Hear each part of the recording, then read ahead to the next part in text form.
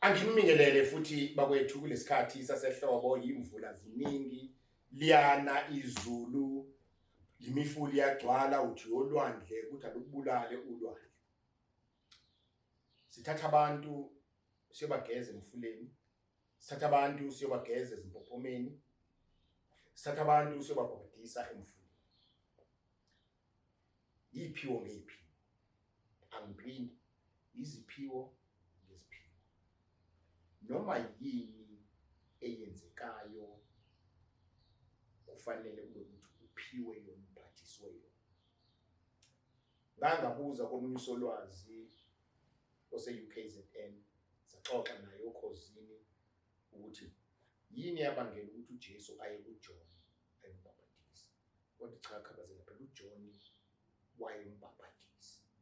That was his call. Wachaza futhi ukuthi kwakunobudlelwane bokuba womzala phakathi kwaMaria noElizabeth.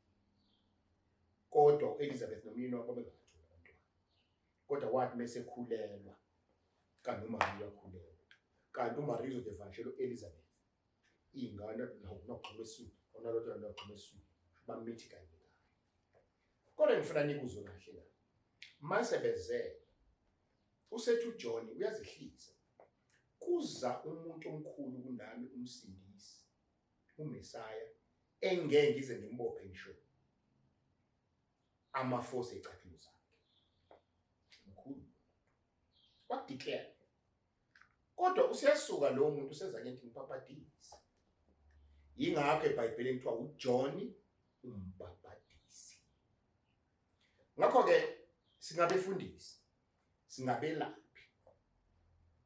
Yebo ngaba umfundisi, but izubhabhadisa emanzini, ungizwe kahle. Izubhabhadisa emanzini yokhona. Ngingaba umelaphi. Ukuthwasa kwami ngiphathiswe ukubhabhadisa emanzini na. Sidlule la. Amanzi ahlukene kanje. Kukhona amanzi olwandle, kukhona wesiphethu, kukhona umfula, kukhona wempophoma, kukhona wesichotho, kukhona wesiphethu. Lamanzi ehlukile. Inkinga yalamanzi ukuthi lawa lapha emfuleni kunabanikazi, lawa phuma empophomeni kunabanikazi, lawa solwandle kunabanikazi. Ngakho laba bantu abalaphana bahlanzekile, very clean. Okuphoqa ukuthi mawuyakhona kufanele wena uhlanzeke, isigodlo sihlanzeke, impande iphethe ihlanzeke. Okwesine uphathisiwe yini ukusa abantu khona.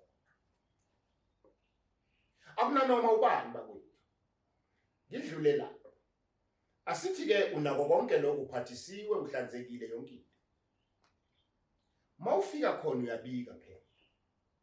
Thina emlambo omunye uphatha amaranda u4, uphatha isinefu nesimilofu ukuphahla ucebe bageza abantu. Ngoba usuke umema leli dlozi lasemanzini uthi alekelelane nedlozi lalo muntu, nedlozi lalesigodlo wena owumelaphi sakho. Kuyazilwa la. Ngeke uthi kade usocansini ususa umuntu olwandle, ususa umuntu emfuleni, ususa umuntu empophomeni. Ngeke uthi wazi kahle mhlophe ukuphatha imithi engcolile, unezinto esigodlweni ezingezinhle eziqubula umsebenzi basithanda. Ngifuna ukuphakamisa umsebenzi bese uzosa umuntu lapha namanzi la. Kunabanikazi lapha ya bazogadla. Ngakho ke izinto okufuna siziqikelele lezi sizibheke ngamanzi. Lithi ke lami ke kuningi okushiwoyo ngokulapha abantu emanzini. Athi omunye hayi basiwa ebusika. hayi abasiwe ehlobo, hayi ozobuza kumina mina ngizokuya le. Why ube wena uhamba phambili why ube wena wazi konke? Isigodlo nesigodlo uma uphathisa bakutshela muse kanjani nomuntu emazi. Bese ngiza la, uma umuntu ephupha kumbe boniswa kuthiwa akaye empophomeni noma emanzini noma olwandle, musa mfowethu nawe dadewethu bese uyalapha yakugobela uyobuza ukuthi bese ligobela hayi ngizokuhambisa. Kushophi ikuphi la kushiwo khona kuthiwa hayi hambisa lo muntu uzofika usale ngoba awudingeki. Tshela umuntu obe nephupho ukuthi akayolwandle noma emanzini ukuthi hamba uphahle ukuthi uya nobani noma uya wedwa. Mangekho impendulo ebuyayo akathi ke lo muntu hayi kulungile mase ngolinda. Ngiye ngizwe amanye amathwasa athi hayi wanqaba ugobela wathi wesaba amanzi ungisa emanzi. Ngithi mina azanqabe nje kwakuthiwe hamba naye yini na. Lasihlupha khona kakhulu, sihlupha ngokuthi sithatha inkulumo zabadala sizenze ezethu. Ngeke ngithi mina oluphuze ngitshela ebusuku athi uluphuze kumina mfana wami ngicela ukwenza umsebenzi ngale nkomo emhlophe.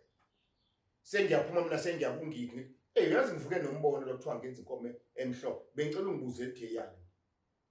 Hoyibo uzongishaya uluphuze. Ngithatha inkulumo yakhe ngoyitshela omunye umuntu ufuna mina ngibuyele kuliphuzu. Ngiyakuzwa mkhulu khokho ngiyiphahle kubani ke lenko ngiyinikele kubani lesi sithebe ngisinike ungabuzi esani none of your business ngisinikele kubani bazobuyela bona.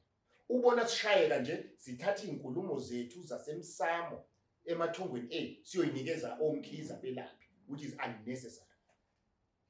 Ngakho ke asiwahlonipha amanzi. Angibali into ezinhlanu. 1 engicela ukusho hlanzeka mfowethu. Asihlanzeke isigodlo sakho, ayihlanzeke impande yakho. 2 musuphelezela umuntu ongamenyiwe kuyena. 3 uphathisiwe inhloko ukuthi usabantu la. 4 mawuphathisiwe fika uhloniphe uphahle uzile. 5 mawusukwenze konke bika mawususuka ukuthi usuyakhona. Noma bethu umfundisi uyabhabhadisa noma wenzani yenze njalo. Uyokuqedile akukho kunye. Awanalaka amanzi, awanalutha amanzi kodwa abhokoda ngoba sekuyithina esigabana. Naba abanye kuthiwa bathi beyakhona bahlangana nesalukazi. Sathi isalukazi ningayi lapha yana niyapi. Wathi umfundisi uba ngiyakhona mina wayakhona kabuyanga nabo bonke. Ngakho asihloniphe lento eyethu eyemvelo engohlele ngikhala ngalo nje njalo kwelapheni kwesintu nasebufundisini uphathisiwe inhloko noma uyangehesha nje uyakwenza. Inombolo zezilula 033 342 3945 010 00752 9465 noma 087 1100 555. Yiloko sibambela.